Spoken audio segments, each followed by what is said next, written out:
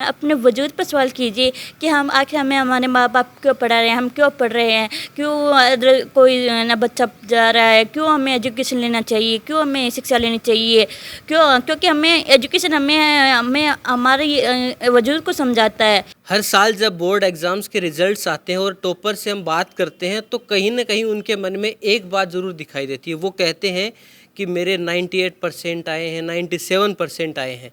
लेकिन अगर मैं उस सब्जेक्ट में वहाँ पर एक नंबर बढ़ा लेता, 2 नंबर बढ़ा लेता तो मेरे परसेंटेज और ज़्यादा बढ़ जाते और ये देखते हैं कि मैं अपने साथ वाले स्टूडेंट से थोड़ा और आगे निकल सकता था। लेकिन आज हमारे साथ में एक ऐसी स्टूडेंट है जिनके मन में इस प्रकार की कोई कसक नहीं है, क्योंकि उन्होंने पूरे 100% प्राप्त किए हैं। इससे ज़्यादा नंबर कोई ला भी नहीं सकता। नमस्कार, मेरा नाम है राजपाल शेखावत और आज मेरे साथ हैं सोहा खान, जिन्होंने 12th आर्ट्स CWSN कैटेगरी में 100% प्राप्त किए, सारे 100 में से 100 नंबर। और ख़ास बात यह है कि आर्ट्स जैसे सब्जेक्ट में 100 में से 100 नंबर लाना बड़ा मुश्किल काम है। अक्सर हम देखते हैं कि मैथमेटिक्स की बात आती है तो बहुत सारे बच्चे होते हैं जो 100 में से 100 नंबर लाते हैं, फिजिक्स में आते हैं, केमिस्ट्री में आते हैं। लेकिन आर्ट्स के जो सारे सब्जेक्ट्स हैं उनमें 100 में से 100 नंबर लाना काफ़ी बड़ी बात है। तो सुहा, सबसे पहले तो मैं आपको बधाई देना चाहता हूँ कि आपने, हमारे दिमाग में ये रहता था कि हम जब 97% देखे तो सोचते थे कि इससे आगे कहाँ तक जाएगा कोई, 98% भी देखे, लेकिन 100 में से 100 नंबर हर एक सब्जेक्ट में आना काफ़ी बड़ी बात है। तो ये आपने कैसे किया? जी शुक्रिया आपका बहुत ज़्यादा। मैं एक बात कहना चाहूँगी, नंबर मायने नहीं रखते कि कम आए या फिर ज़्यादा आए। आप कोई भी एग्ज़ाम दो, पर उसका आप रेगुलर, आप नियमित मेहनत, लगातार मेहनत करते रहो, आप बीच में रुको नहीं। क्योंकि आप जब आपका एग्ज़ाम आएगा तो आपके ऊपर इतना प्रेशर नहीं पड़ेगा, आप एकदम बिंदास होकर आप ना पेपर दे पाओगे। ये देखो, इन्होंने काफ़ी अच्छी बात कही है कि एक तो जब हमारे नंबर इतने अच्छे आते हैं तो हम उसके बारे में बात करते हैं कि ये हमारे नंबर हैं, 100 में से 100 नंबर हैं। लेकिन अभी भी इनकी जो इम्पोर्टेंस है वो आपको ये बताना चाहती हैं कि नंबर नहीं, आपका जो नॉलेज है, जो आपने सीखा है। लेकिन फिर भी हम कहेंगे कि 100 में से 100 नंबर हर एक सब्जेक्ट में लाना एक अलग माइलस्टोन तो है ही। साथ ही हम इस समय बात कर रहे हैं क्योंकि स्कूलें वापस से खुल चुकी हैं, नए सेशन की शुरुआत है। तो इन्होंने एक बात जो बड़ी इम्पोर्टेंट कही कि आप लगातार प्रयास करें, और लगातार आपका प्रयास का मतलब ये है कि आप अभी से शुरू हो जाएं। जुलाई का वक्त है, जुलाई से अगर आप शुरुआत करेंगे पढ़ाई की तो आपके ऊपर वो प्रेशर नहीं बनेगा। मैं साथ ही सुहा से ये जानना चाहता हूँ कि वो अपने जो पढ़ाई का सिस्टम है उसके बारे में, जुलाई से किस प्रकार उन्हें तैयारी की शुरुआत की, कैसे वो आगे बढ़ी, वो आपके साथ में शेयर करें, ताकि जो भी बच्चे एक प्रकार से अपना एक रोल मॉडल ढूंढ रहे हैं, जो सोच रहे हैं कि मैं भी आने वाली बोर्ड एग्जाम्स में या अदर किसी भी एग्ज़ाम में अच्छे नंबर लाऊं, तो उनको एक गाइडेंस मिल सके, उनको एक इंस्पिरेशन मिल सके। तो सुहा, मैं चाहता हूँ कि एक बार आराम से आप बताएं कि आपने जुलाई से लेकर किस प्रकार से पढ़ाई अपनी स्टार्ट की, क्या आपका शेड्यूल रहता था, कैसे कैसे आप पढ़ाई करते थे? जी, मैं ऐसे कहना चाहूँगी, आप अपना टारगेट फ़िक्स कीजिए। आप 90 प्लस या फिर जो भी एग्ज़ाम आप उसका, जैसे कि मेरा 500 नंबर का था तो मैंने 500 नंबर का टारगेट किया, ना कि मैंने 100 पर, मैंने 100 का टारगेट रखा। और आप एक निश्चित, बिल्कुल आपको अपने टारगेट को पूरा करना, आपको जी जान लगानी है। मैं स्कूल टाइम के अलावा 8 घंटे पढ़ाई करती थी।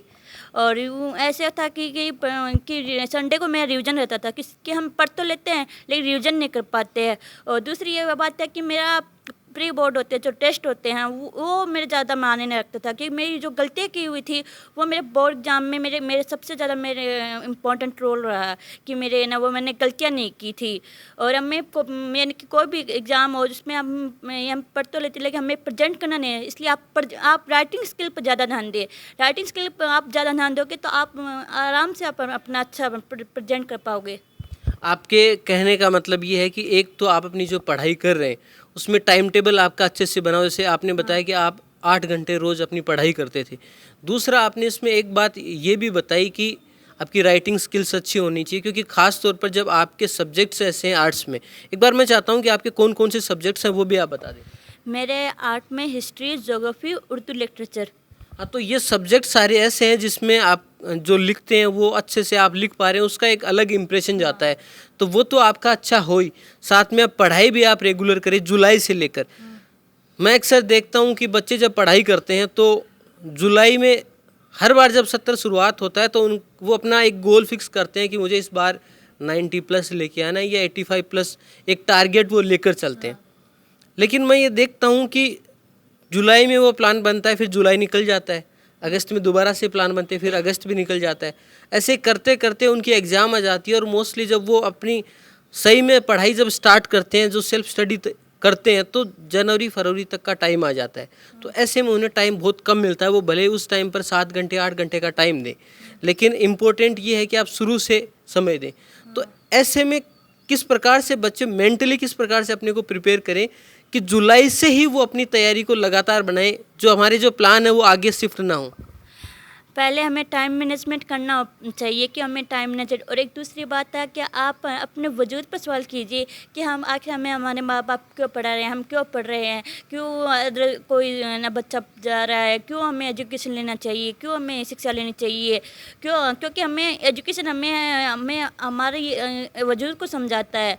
इसलिए आप अपने वजूद पर सवाल कीजिए। और दूसरी बात यह है कि आप ना पॉजिटिव सोच रखिए, ना कि नेगेटिव। अब जैसे कि बोर्ड एग्जाम में 100% है, तो आप 100% का टारगेट रखिए, और मतलब कि आपको ना लिख कर आप याद कर सकते हो। आपको ना ऐसे होगा ना कि आपको ना 10-15 दिन आपको बहुत ज़्यादा ऐसे होगा कि ना नहीं अब इतना नहीं होगा, कि ना शुरू में सब कोशिश करते हैं, फिर ऐसे है कि भाई नहीं आलस आ जाता है। लेकिन आप आलस मत कीजिए, क्योंकि आप थोड़ा थोड़ा करके पढ़िए, बल्कि उस चीज़ को अच्छे से क्लियर कीजिए। बिल्कुल, ये बात आपने इम्पोर्टेंट बताई कि आप जब मैं एक बार पहले भी मैंने एक वीडियो देखा था, उसमें भी बात है कि आपका जब कोई टारगेट है तो उसमें ये बात मुझे अच्छी लगी कि आपके जो माता पिता आपसे उम्मीद लगाए बैठे हैं, आपके लिए वो इतना करते हैं, तो आप अगर उनके बारे में सोचकर अपनी पढ़ाई करेंगे तो हो सकता है कि आपकी जो रेगुलरिटी है वो ज़्यादा अच्छे से आप पे बन पाए, और जो आपके प्लान्स आगे शिफ्ट होते हैं कि मैं पढ़ाई अगले महीने से स्टार्ट करूँगा, ऐसी चीज़ें आपके साथ में नहीं होंगी। अब तो आपने 100 में से 100 नंबर हर सब्जेक्ट में आपके आ गए हैं, हर कोई यही बात कर रहा है, आपके लगातार इंटरव्यू भी हो रहे हैं, चारों तरफ आपके जो रिश्तेदार हैं वो भी इस बारे में बात कर रहे हैं। तो क्या अब आपके ऊपर थोड़ा सा ये प्रेशर नहीं आ गया कि आगे जाकर आपको कुछ अच्छा करना होगा? अभी तक आपके ऊपर वो प्रेशर नहीं था, लेकिन अब आपके ऊपर वो प्रेशर होगा। आपके घर परिवार के लोग हैं, रिश्तेदार हैं, उनकी भी उम्मीदें आपसे कुछ ज़्यादा बड़ी होंगी।